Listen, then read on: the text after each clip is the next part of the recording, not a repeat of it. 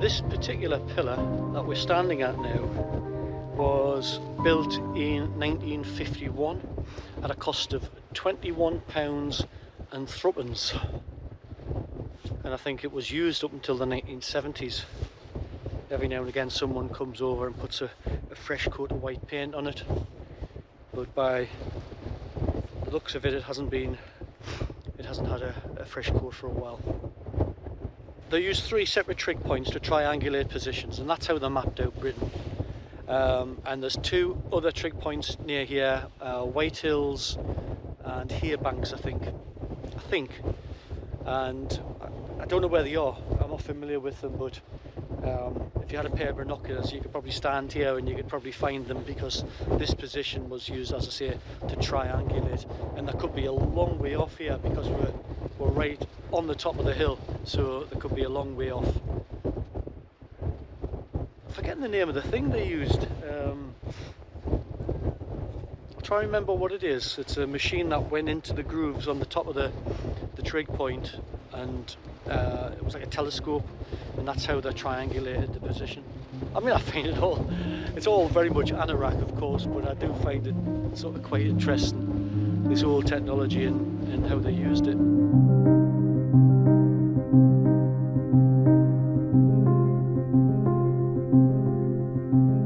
Such an ambitious project to build these concrete lumps in some of the most, I suppose, inhospitable places.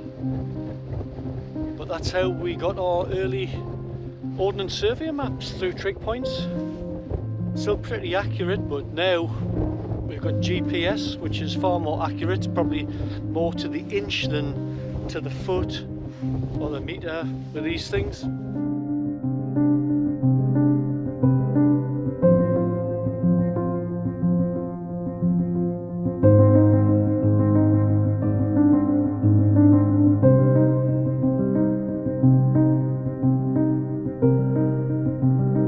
Beautiful day today.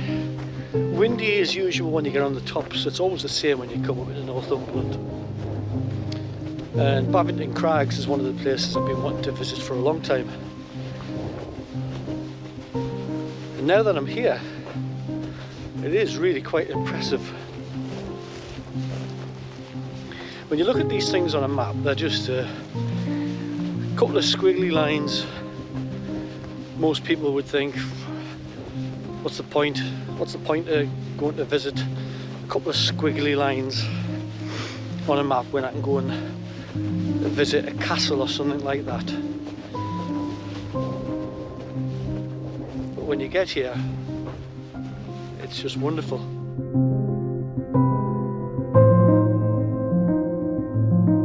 This hasn't changed in probably hundreds of thousands of years, if not millions of years.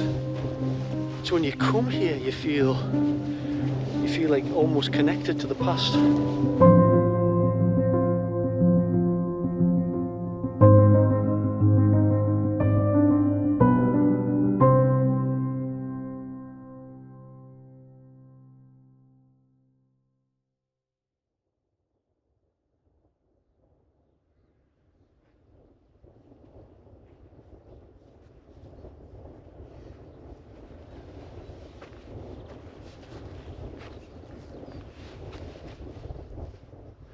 There's a rock formation on the top there.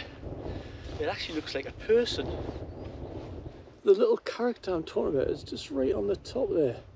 You might be able to see, but it does almost look like Looks like a nun gazing off into the distance. I've got to go up there and investigate further. Let's go.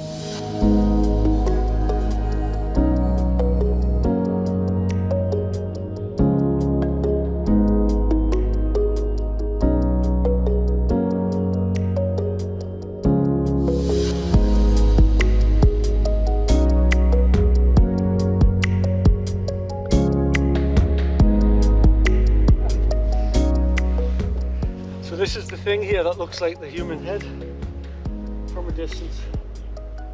It's almost, you could have a, imagine this is the face over here and it's looking out across the valley there up towards Rothbury.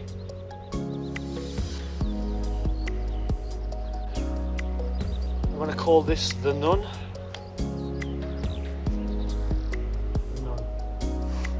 Yeah, that's a good name for it, Nunn.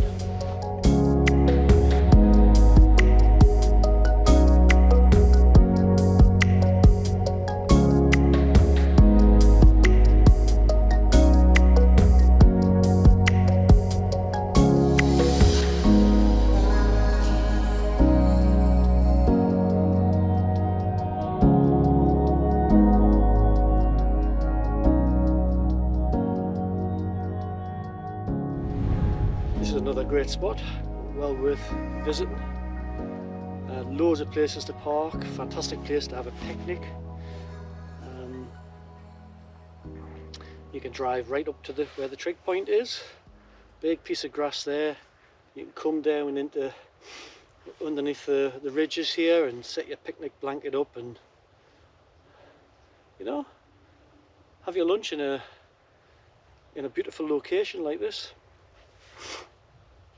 I don't know how much longer I'm going to be able to come out into the country like this, enjoying the freedom of it.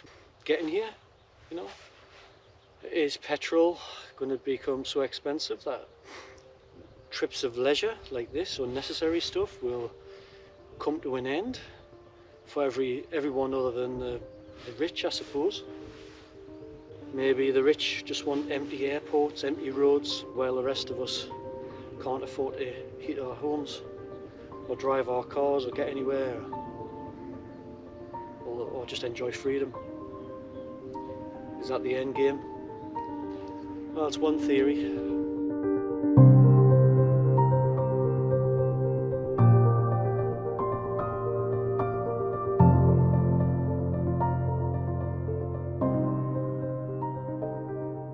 That's it for today. I hope you've enjoyed this little walk out today up at Bavington Crags.